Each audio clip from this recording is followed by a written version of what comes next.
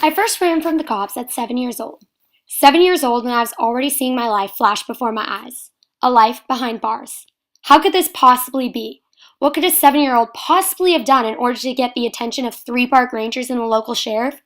Well, the truth is, I didn't do anything. My mom did.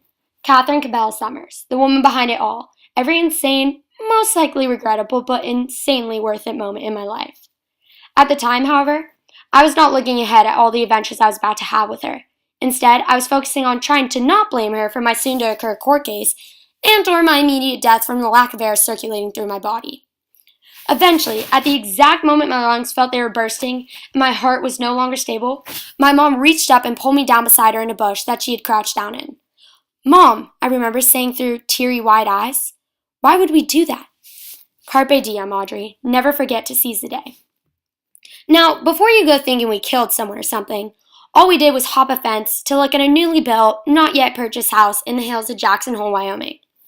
Looking back on it now, there must be hundreds of other ways to seize the day and cherish the moment.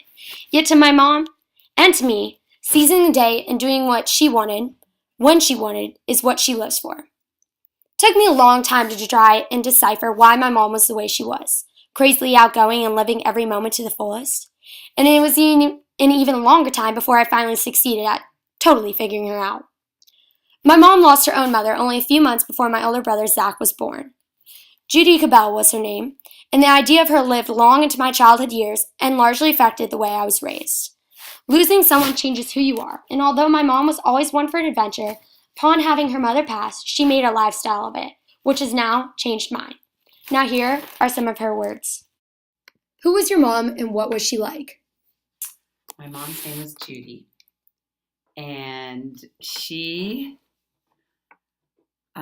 was actually a lot like you and me, really. She had a lot of passion for life. She grew up on the East Coast, decided one day that she was tired of the East Coast, so moved out to San Francisco, never looked back.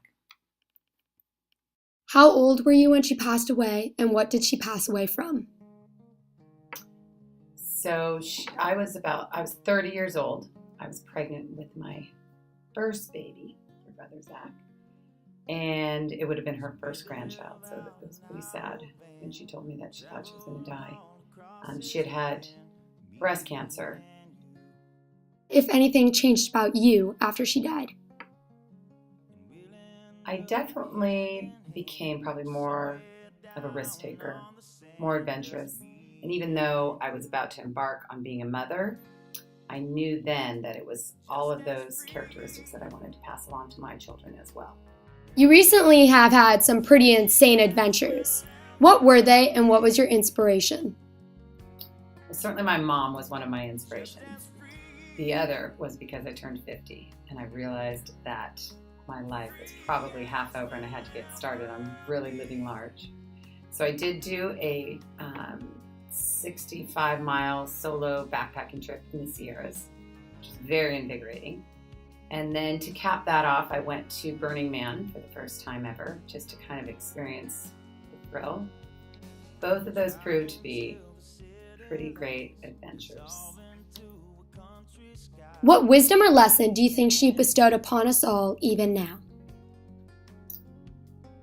She was such a great mom and taught me and showed me so much when I was growing up that I think the biggest lesson or wisdom that I have is that I wanted to teach my kids and do the same for them that she did for me. So with every passing year, I try to take my children someplace new, challenge them to climb some new mountain, ski down a hill they haven't been down before, just really get out and experience life and to love it all.